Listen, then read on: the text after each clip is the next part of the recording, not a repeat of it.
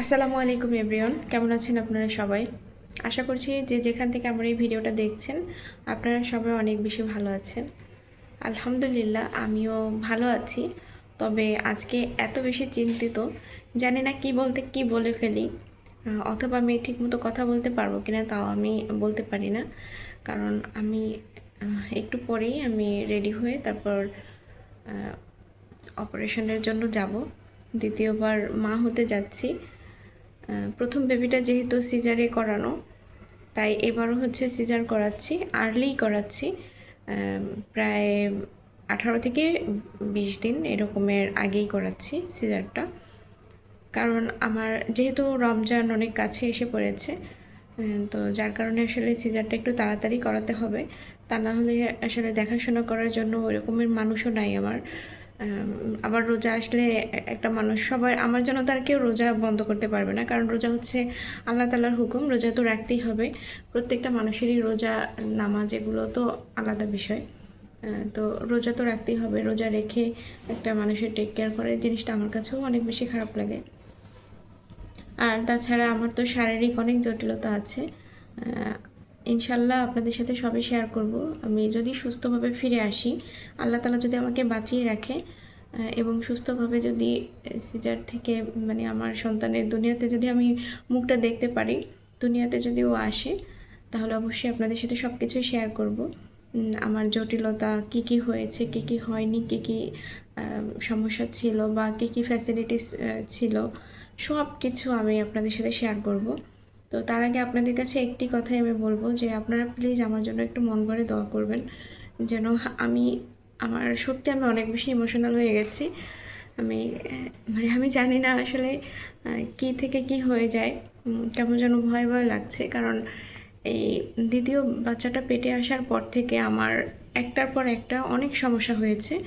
একটা সমস্যা আপনাদের সাথে শেয়ার করিনি, শুধুমাত্র খেতে পারি নাই, পুষ্টি ছিল না, এই ধরনের সমস্যাগুলি শেয়ার করেছি।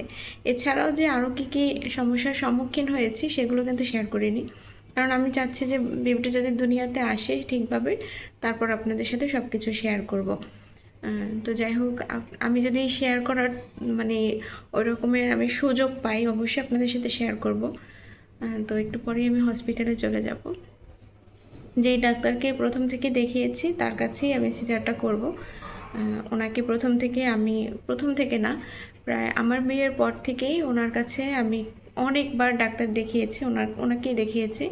ওনার ট্রিটমেন্ট খুবই ভালো এবং আমি যতবারই অসুস্থ হয়ে পড়েছি, যে কয়টা ওষুধ দিয়েছে প্রত্যেকটা ওষুধই মোটামুটি আল্লাহর রহমতে অনেকটা সুস্থ হয়ে গেছি। তাই ওনার প্রতি আস্থা আছে। এ কারণে মানে তারপরও ভয় লাগছে যে আসলে কী থেকে কী হয়ে যায়। কারণ আমার প্রথম বেবিটা যখন সিজারে হয়েছিল তখন সিজারটাই শুধু বড় ডাক্তার করিয়েছিল, সেলাইটা আসলে বড় ডাক্তার দেয়নি, নার্স দিয়েছিল। যার কারণে আমার কিন্তু অনেক প্রবলেম হয়ে যায় এবং আমি কিন্তু ইনফেকশন হয়ে যাওয়ার কারণে আমি কিন্তু ঠিকমতো উঠতে পারতাম না, বসতে পারতাম না, আমার অনেক কষ্ট হতো। তো জানি না এবার আমার কি হয়, সবাই আমার জন্য দোয়া করবেন। তো টুকিটাকি কিছু ভিডিও আছে আর আপনাদের সাথে হসপিটালে যাওয়ার ভিডিওগুলো সব কিছুই আপনাদের সাথে শেয়ার করব।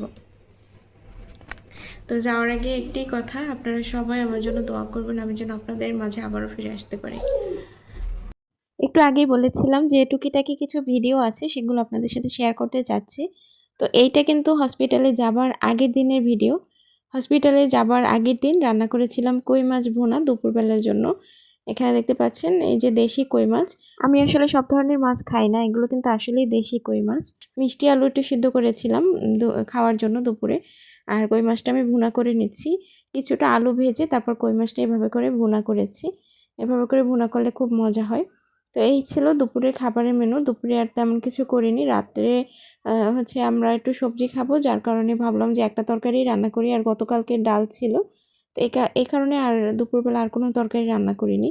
রাতের বেলা এখানে কিছু মশলা আনা হয়েছে, জয়ত্রী, জয়ফল, লবঙ্গ, তারপর কিছু বাদাম। তো এগুলো আমি হচ্ছে সব কিছু কৌটাতে ভরে রাখছি। এক কথায় বলতে গেলে হসপিটালে যাবার আগে বাসার একদম টুকিটাকি থেকে শুরু করে সকল ধরনের বড় কাজ সব কিছু গুছিয়ে রেখে যাচ্ছি।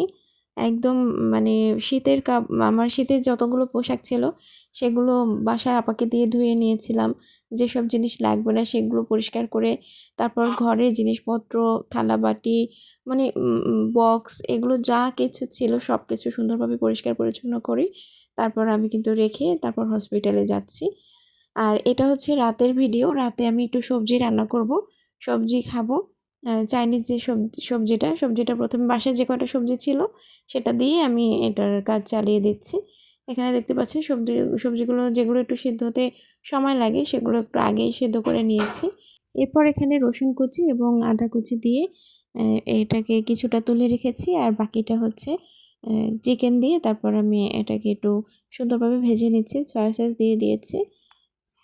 তো সয়া সস দেওয়ার পরে এটাকে একটু ভাজা ভাজা করে সবজি আমি দিয়ে দিলাম। যে সবজিগুলো একটু সিদ্ধ হতে দেরি লাগে, গোলমরিচের গুঁড়ো দিয়ে দিলাম পরিমাণ মতো। তো এরপর আমি এটাকে খুব ভালোভাবে নেড়েচেড়ে তারপর টমেটো এবং পেঁয়াজের কলি, কিছুটা আস্ত পেঁয়াজ একটু ছাড়িয়ে নিয়ে তারপর এখানে আমি পানি দিয়ে দিয়েছি। এরপর আমি কর্নফ্লাওয়ারটা গুলিয়ে নিচ্ছি। এই যে দেখতে পাচ্ছেন 2 চা চামচের মতো দিয়েছি। তো যাই হোক, যাবার আগের দিন নিজের হাতে তৈরি করে খাবারগুলো খেয়ে যাচ্ছি। তো এটাই হচ্ছে বড় সৌভাগ্য। তো আমার কিন্তু এখানে সবজিটা অলরেডি হয়ে গেছে। এবার কর্নফ্লাওয়ারটা দিয়ে তারপর আমি রান্নাটা কমপ্লিট করে দিব। তো এই তো লাস্টে আমি একটু ধনিয়া পাতা দিয়ে দিয়েছি, যেহেতু শীতকাল একটু ধনিয়া পাতা দিলে ভালোই লাগবে। তো এখন এটাকে আমি এখন সার্ভ করে নেব একটা বাটিতে। আর এই সবজিটা খালিই খাবো। যে রসুন এবং আদাটা আমি একটু ভেজে রেখেছিলাম সেটা লাস্টে একটু দিয়ে দিচ্ছি, এতে করে ভাজা ভাজা একটা ফ্লেভার আসবে। এই তো। আর এখন যে ভিডিওটা আপনাদের দেখাবো সেটা হচ্ছে হসপিটালে যাবার মুহূর্তে। কই যাও?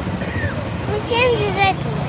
সিএনজি যাও? হ্যাঁ, সিএনজি যাই মানে এদিকে তাকাও। ওই যে সিএনজি কয়টা আছে? তাকাও এদিকে। কয়টা আছে সিএনজি? তিনটা আছে, তিনটা। সিএনজি থেকে নেমে আমরা হসপিটালে কিন্তু চলে এসেছি। এই যে দেখতে পাচ্ছেন হসপিটাল।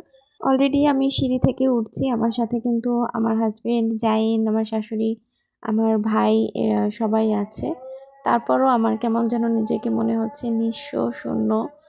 আর ভিতর থেকে কেমন যেন ভেঙে যাচ্ছি এরকম লাগছে।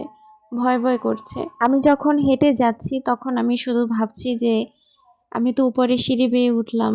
আমি তো এভাবে নাও আসতে পারি। হয়তো আমার এখান থেকে লাশও চলে যেতে পারে।